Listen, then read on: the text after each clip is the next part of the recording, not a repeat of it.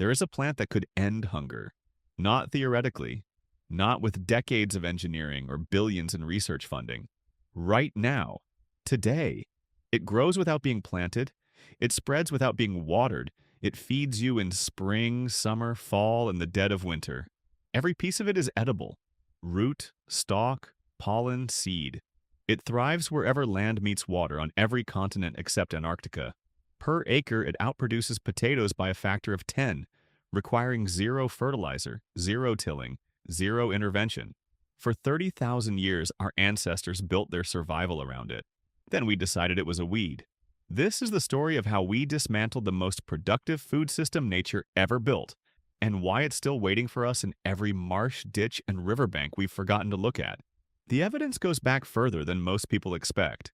Along the Yangtze River in China, archaeologists excavating a Paleolithic site made a discovery that quietly rewrote the timeline of human food history. On the surface of ancient tools predating organized agriculture by thousands of years, they found starch residue, not from wheat, not from rice, from the roots of a wild wetland plant. Similar grinding stones turned up in Italy, also 30,000 years old, coated in the same material. This wasn't emergency food. This wasn't what people ate when everything else failed. This was the staple, the foundation. Before anyone thought to plant a seed or plow a field, humans already knew where their most reliable food source lived, and it lived in the water.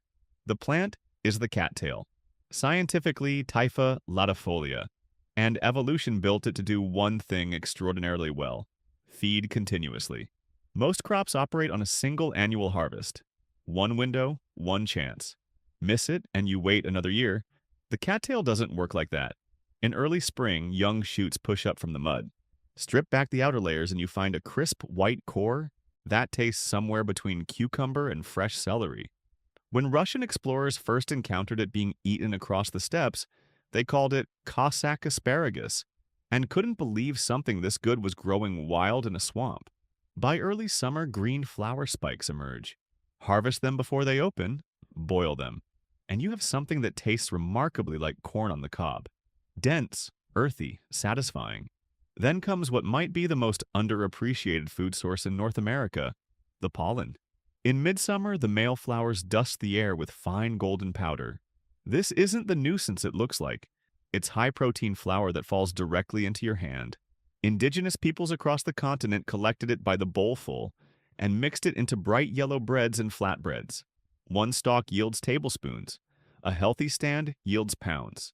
And when everything else is frozen solid, when every annual crop has long since collapsed, the cattail still provides. Underground, the rhizomes sit packed with starch, between 30 and 46% starch by dry weight, depending on the season. A single acre of cattails can produce over 6,000 pounds of flour equivalent. That figure doesn't just beat potatoes, it beats wheat. It beats corn. It beats rye. No seed money, no machinery, no fertilizer bill. Just roots in the mud, ready when you need them. The indigenous relationship with this plant runs deep. The Paiute people had an entire clan identified by their reliance on it: the cattail eaters. The Klamath called themselves the cattail people. In ethnobotanical records of Native American plant use, the cattail entry consistently ranks among the longest and most detailed, because virtually every tribe living near water had developed a comprehensive system built around it. But it wasn't just food, it was everything. Dried leaves were woven into waterproof mats and roof coverings. Fiber from the stalks was twisted into cordage with tencel, strength comparable to hemp. The dense fluff from the seed heads insulated moccasins in deep winter and lined cradle boards for infants. The pale gel found between young inner leaves, slightly sweet, slightly numb on the tongue, was used as an antiseptic and topical analgesic for wounds, burns, and toothaches. One plant. Food, shelter, clothing, medicine, and cordage. A natural stand can hold 85,000 stems per acre. A single root system can spread to cover 3 acres on its own. This wasn't a survival hack. This was infrastructure. And it maintained itself. So how do you make something like that disappear? You don't fight it with nature. You fight it with legislation. In 1849, the United States Congress passed the first Swampland Act. The deal was straightforward. The federal government would transfer millions of acres of wetlands to individual states. The condition? Drain them. The intellectual framework behind this was explicit. A geological dictionary from the 1820s defined a swamp as land that was unprofitable or a nuisance until drained. Nuisance. That was the official word for one of the most biodiverse and food-productive ecosystems on the continent. The acts expanded through the 1850s to cover more than a dozen states. 50 million acres transferred.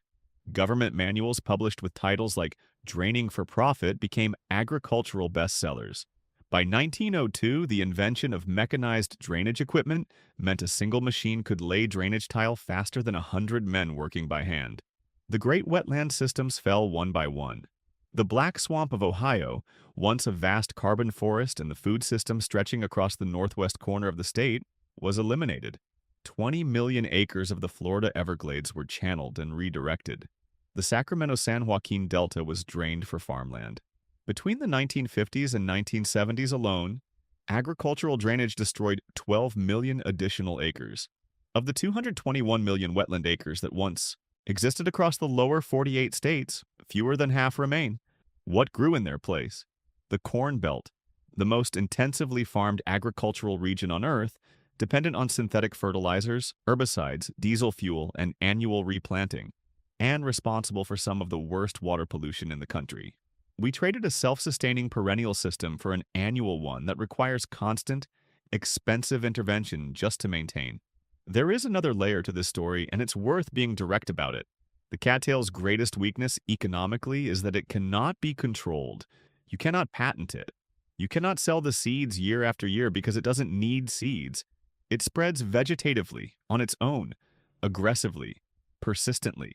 You cannot charge someone for harvesting pollen from a marsh that grew itself. A food system that regenerates without purchase, without input, and without permission is fundamentally incompatible with an agricultural economy, built on the annual cycle of buying and selling inputs. The wetlands weren't just drained for farmland, they were drained because abundance that belongs to everyone is worth nothing to the systems that profit from scarcity. The story doesn't end at destruction, though. It gets interesting again in the 1980s. Researchers in Minnesota began studying cattails for biomass energy. What they found was striking. A single acre produces 22 tons of dry biomass annually. That's an extraordinary energy yield. But as they kept studying, something more significant emerged. Cattails absorb nitrogen and phosphorus from water with remarkable efficiency. The same fertilizers that run off agricultural fields and cause toxic algae blooms in lakes and rivers across the Midwest, cattails pull them directly out of the water column. Harvesting 250 acres of cattails removes approximately 5 tons of phosphorus from the surrounding watershed. When that harvested biomass is processed for fuel, the remaining ash is phosphorus-rich fertilizer, ready to go back onto fields. The pollution becomes the solution, cycling back through the system rather than accumulating in the water.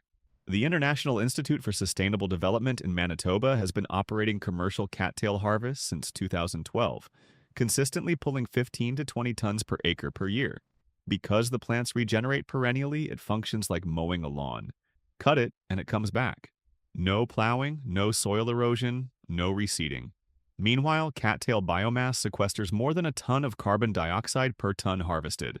At scale, managed cattail systems could become meaningful carbon sinks while simultaneously cleaning watersheds and producing food. Here's the uncomfortable present reality.